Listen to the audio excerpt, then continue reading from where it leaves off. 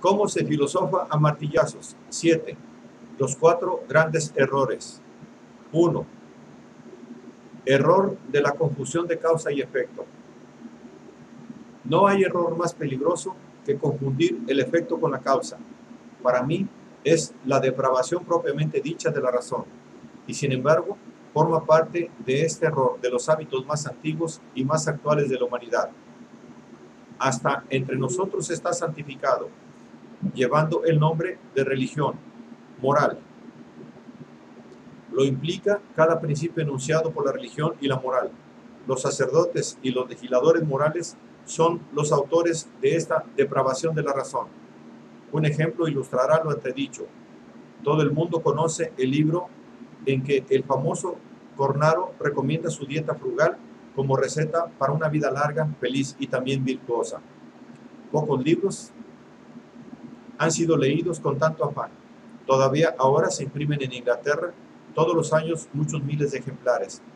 Dudo de que libro alguno, excepción hecha de la Biblia, haya causado tanto estrago, acortado tantas vidas como este curioso bien intencionado.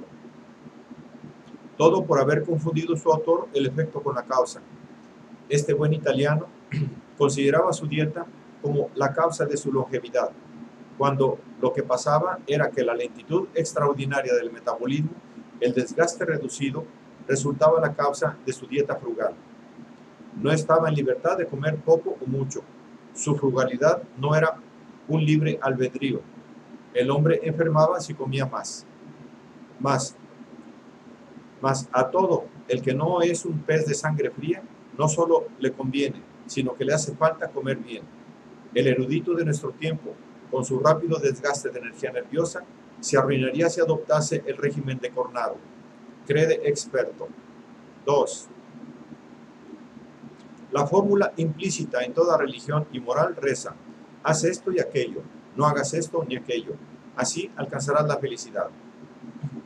De lo contrario, toda moral, toda religión es este imperativo al que yo llamo gran pecado original de la razón, inmortal sin razón. En boca mía, esa fórmula se convierte en su inversión. Primer ejemplo de mi transmutación de todos los valores. El hombre armonioso, el afortunado, no puede meteos que cometer determinados actos e instintivamente rehuye otros. Introduce el orden que fisiológicamente encarna en sus relaciones con los hombres y las cosas. He aquí la fórmula correspondiente. Su virtud es el efecto de su felicidad. La vida larga y la prole numerosa no son el premio de la virtud, sino que la virtud es ese retardo del metabolismo que, en otras cosas, determina también una vida larga y una prole numerosa. En una palabra, el cornarismo. La Iglesia y la moral dicen: el vicio y el lujo arruinan a los linajes y a los pueblos. Mi razón restaurada dice: cuando un pueblo se arruina, cae en la degeneración fisiológica y se originan el vicio y el lujo. Esto es, la necesidad de estímulos cada vez más fuertes y más frecuentes, como la conoce todo ser agotado. El joven se debilita prematuramente. Sus amigos afirman que la culpa la tiene tal enfermedad. Yo afirmo que el hecho de que ese joven haya enfermado, no haya asistido a la enfermedad, es la consecuencia de una vida empobrecida. Yo afirmo que el hecho de que ese joven haya enfermado, no haya resistido a la enfermedad, es la consecuencia de una vida empobrecida, de un agotamiento congénito. El lector de diarios dice que tal partido labra su propia ruina por tal error. Mi política superior, en cambio, dice que un partido que comete tal error está arruinado, que ha perdido la seguridad de sus instintos. Todo error, en todo sentido, es la consecuencia de degeneración de los sentidos, de disgregación de la voluntad. Lo malo queda así indefinido. Todo lo bueno es instinto y por ende fácil, necesario, libre. El esfuerzo es una objeción. El Dios es típicamente distinto del héroe. Dicho en mi propio lenguaje, los pies alados son el atributo primordial de la divinidad. 3. Error de una falsa causalidad. Hoy En todos los tiempos se ha creído saber qué cosa es una causa, pero ¿de dónde derivábamos nuestro saber? Más exactamente, nuestra creencia de que sabíamos del reino de los famosos hechos interiores, ninguno de los cuales ha sido aún corroborado.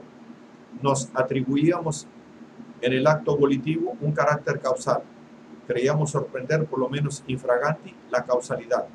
Asimismo, no se dudaba de que todos los antecedentes de un acto, sus causas, habían de buscarse en la conciencia, y que en esta se lo encontraba si en ella se los buscaba, como motivos, o si no, si habría estado en libertad de como eterno, no se habría sido responsable por él. Por último, ¿quién iba a negar que el pensamiento fuera el efecto de una causa? Que el yo causara el pensamiento. De estos tres hechos interiores que parecían garantizar la causalidad, el primordial y más convincente es el de la voluntad como causa, la concepción de una conciencia, espíritu como causa, y más tarde la del yo sujeto como causa, son tan solo concepciones derivadas, una vez que se consideraba dada como empiria la causalidad de la voluntad. Desde entonces hemos meditado en forma más honda y penetrante. Ya no creemos una palabra de todo esto. El mundo interior está plagado de espejismos y fuegos fatuos.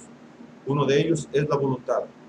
Esta ya no acciona nada y por ende ya no explica nada. No es más que un fenómeno concomitante que puede faltar. Otro error es el llamado motivo, que es un mero fenómeno accidental de la conciencia, un corolario del acto que no tanto representa sus antecedentes como los oculta. Y no se diga el yo. Este se ha convertido en fábula, ficción, juego de palabras. Ha cesado por completo de pensar, de sentir y de querer. ¿Qué se deduce de esto? No hay causas mentales. Toda la presunta empiria al respecto se ha reducido a la nada. He aquí lo que se sigue de esto. Y sin embargo, habíamos abusado a más no poder de esta empiria. En base a ella habíamos construido el mundo como un mundo de causas, de voliciones, de espíritus. Trabajaba en esto la más antigua y más larga psicología, que en definitiva no hacía otra cosa. Para ella, todo acaecer era un hacer, y todo hacer la consecuencia de una volición. El mundo se le aparecía como una multitud de agentes, y todo acaecer como determinado por un agente, un sujeto. El hombre ha proyectado fuera de sí sus tres hechos interiores, aquello en que más firmemente creía, la voluntad, el espíritu y el yo. Desarrolló del concepto yo el concepto ser y concibió las cosas a su imagen como algo que es, de acuerdo con su concepto del yo como causa. No es de extrañar, así, que luego haya vuelto a encontrar en las cosas lo que en ellas había introducido. La cosa, el concepto cosa, lo repito, no es sino un reflejo de la creencia en el yo como causa. Y aún en su átomo, señores mecanicistas y físicos, cuánto error, cuánta psicología rudimentaria subsiste aún en su átomo. Y no se diga la cosa en sí. El horrendum crudendum de los metafísicos, el error del espíritu como causa confundido con la realidad y erigido en criterio de la realidad y llamado Dios. 4. Error de las causas imaginarias. Hay que partir del sueño a una determinada sensación, por ejemplo, a raíz de un cañonazo lejano, y ver que se le inventa a posteriori una causa, con frecuencia toda una pequeña novela donde el soñador es el protagonista. Entre tanto, la sensación subsiste en una especie de resonancia, esperando en cierto modo a que el impulso causal le permita pasar a primer plano, más como fenómeno contingente que como sentido. El cañonazo aparece en forma causal, en una aparente inversión del tiempo. Lo posterior, la motivación, es experimentado primero, muchas veces con 100 detalles que van desinflando de una manera fulminante. El cañonazo sigue. ¿Qué ha pasado? Las representaciones mentales originadas por una determinada sensación han sido entendidas equívocamente como causa de la misma. Lo cierto es que en el estado de vigilia procedemos igual. La mayor parte de nuestras sensaciones generales, toda clase de inhibición, presión, tensión y explosión en el juego y contrajuego de los órganos, en particular el estado del nervus sympathicus, excitan nuestro impulso causal. Buscamos un motivo para sentirnos tal como nos sentimos, para sentirnos mal o bien. Nunca nos contentamos con comprobar simplemente el hecho de que nos sentimos tal como nos sentimos. Solo admitimos este hecho, llegamos a tener conciencia de él, si le hemos dado una especie de motivación. El recuerdo, en tal caso, entra en actividad a pesar nuestro, evoca estados anteriores de la misma índole y las interpretaciones causales a ellos ligadas, no su causalidad. Por cierto, que el recuerdo evoca también la creencia de que las representaciones mentales, los fenómenos concomitantes registrados en la esfera de la conciencia, han sido las causas. Tiene lugar así la habituación a una determinada interpretación causal, que en realidad dificulta y aún impide la indagación de la causa. 5. Explicación psicológica de lo antedicho. Reducir algo desconocido a algo conocido alivia, reconforta, satisface y proporciona una sensación de poder. Lo desconocido involucra peligro, inquietud y zozobra. Aplícase el instinto primordialmente a eliminar estos estados penosos. Primer principio: cualquier explicación es preferible a ninguna explicación. Como en definitiva se trata tan solo de un afán de librarse de representaciones penosas, se echa mano de cualquier medio que se ofrece con tal de quitárselas de encima, sin discriminar mayormente. Cualquier representación mental en virtud de la cual lo desconocido se dé por conocido resulta tan reconfortante que se le cree cierta. Es la prueba del placer, de la fuerza, como criterio de la verdad. El impulso causal está, pues, determinado y excitado por el temor. El por qué debe dar en lo posible no la causa por la causa misma, sino determinando tipo de causa, una causa que tranquilice, redima, alivie. El que algo ya conocido, experimentado, grabado en la memoria, se ha establecido como causa, es la primera consecuencia de esta necesidad íntimamente sentida.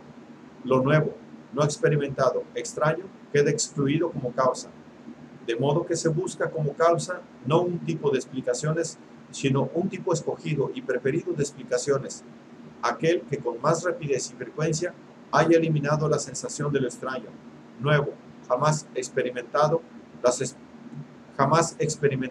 explicaciones más corrientes. Como consecuencia de esto, un determinado tipo de motivación causal prevalece cada vez más, se reduce al sistema y llega al fin a dominar, con exclusión de otras causas y explicaciones. El banquero piensa enseguida en el negocio, el cristiano en el pecado y la muchacha en su amor. 6. Todo el dominio de la moral y la religión cae bajo este concepto de las causas imaginarias. Explicación de las sensaciones generales desagradables. Estas están determinadas por seres hostiles a los hombres, espíritus malignos. El caso más célebre es la definición errónea de las histéricas como brujas. Están determinadas por actos censurables, el sentimiento del pecado, de la propensión al pecado, como explicación de un malestar fisiológico, puesto que siempre se encuentran motivos para estar descontento consigo mismo. Están determinadas como castigo, como expiación de algo que no se debió hacer, de algo que no debió ser, lo cual ha sido generalizado en forma terminante por Schopenhauer, en una proposición donde la moral aparece como lo que es, o sea, como emponzoñadora y detractora propiamente dicha de la vida. Todo dolor intenso, físico o mental, expresa lo que tenemos merecido, pues no nos podría sobrevenir si no lo tuviésemos merecido. El mundo como voluntad y representación están determinadas como consecuencias de actos irreflexivos, fatales, los afectos, los sentidos, concebidos como causa, como culpa, a premios diferentes como merecidos. Explicación de las sensaciones generales agradables. Estas están determinadas por la fe en Dios, están determinadas por la conciencia de buenas acciones, la llamada conciencia tranquila, un estado fisiológico que a veces se parece mucho a la buena digestión. Están determinadas por el resultado feliz de empresas. Conclusión errónea candorosa. El resultado feliz de una empresa no proporciona en absoluto sensaciones generales agradables a un hipocondríaco o a un Pascal. Están determinadas por la fe, el amor y la esperanza, las virtudes cristianas. En realidad, todas estas presuntas explicaciones son estados derivados y, por así decirlo, traducciones de sensaciones de placer o desplacer a un dialecto falso. Se está en condiciones de esperar porque la sensación de fuerza y plenitud infunde tranquilidad serena. La moral y la religión pertenecen en un todo a la psicología del error. En cada caso particular se confunde la causa con el efecto, la verdad con el efecto de lo creído cierto, o un estado de la conciencia con la causalidad de ese estado. 7. Error del libre albedrío. Hoy día ya no tenemos contemplaciones con el concepto libre albedrío. Sabemos demasiado bien lo que es. El más cuestionable truco de los teólogos con miras a hacer a la humanidad responsable de su criterio, o lo que es lo mismo, con el propósito de dominarla. Me limito aquí a exponer la psicología de todo hacer responsable. Donde quiera que se busquen responsabilidades, suele ser el instinto del querer castigar y juzgar el que impera. Cuando se reduce el ser tal y como es a voluntad, propósitos, actos de la responsabilidad, se despoja la posibilidad de su inocencia. La doctrina de la voluntad ha sido inventada esencialmente para los fines de castigo, esto es, para satisfacer el afán de declarar culpable. Toda la antigua psicología, la psicología volicional, reconoce como origen el hecho de que sus autores, los sacerdotes, al frente de antiguas comunidades, querían procurarse a sí mismos o bien a Dios el derecho de castigar. Se concebía a los hombres libres para que se los pudiera juzgar y castigar, para que pudieran ser culpables. En consecuencia, había que concebir cada acto como acto volitivo, el origen de cada acto como situado en la conciencia, con lo cual la tergiversación más fundamental en psicología quedaba convertida en el principio de la psicología. Hoy día, cuando hemos entrado en el movimiento opuesto, cuando en particular los inmoralistas nos aplicamos con todas las fuerzas a eliminar del mundo el concepto de la culpa y del castigo y depurar de ellos la psicología, la historia, la naturaleza y las instituciones y sanciones sociales, consideramos como nuestros adversarios más radicales a los teólogos, los que por el concepto del orden moral siguen arruinando la inocencia de la posibilidad, contaminándola con el castigo y la culpa. El cristianismo es la metafísica del verdugo. 8. Nuestra doctrina solo puede ser esta, que al hombre no le son dadas sus propiedades por nadie, ni por Dios ni por la sociedad, sus padres y antepasados, ni tampoco por él mismo. El disparate de la noción aquí repudiada, en último término, ha sido enseñado como libertad inteligible por Kant, y acaso ya por Platón. Nadie es responsable de su existencia, de su modo de ser, de las circunstancias y el ambiente en que se halla. La fatalidad de su ser no puede ser desglosada de la fatalidad de todo lo que fue y será. El hombre no es la consecuencia de un propósito expreso, de una voluntad ni de un fin. Con él no se hace una tentativa de alcanzar un tipo humano ideal o una felicidad ideal o una moralidad ideal, siendo absurdo pretender descargar su modo de ser en algún fin. Nosotros hemos inventado el concepto fin. La realidad nada sabe de fines. Se es necesariamente un trozo de fatalidad. Se forma parte del todo. Se está integrado en el todo. No hay nada susceptible de juzgar, valorar, comparar. No hay nada susceptible de juzgar, valorar, comparar, condenar nuestro ser, pues significaría juzgar, valorar, comparar todo el mundo, mas no existe nada fuera del todo. Dejar de hacer responsables a alguien y comprender que la esencia del ser no debe ser reducida a una causa prima, que el mundo no es ni como sensorio ni como espíritu una unidad, significa la gran liberación. Solo así queda restaurada la inocencia de la posibilidad. Hasta ahora, el concepto Dios ha sido la objeción más grave contra la existencia.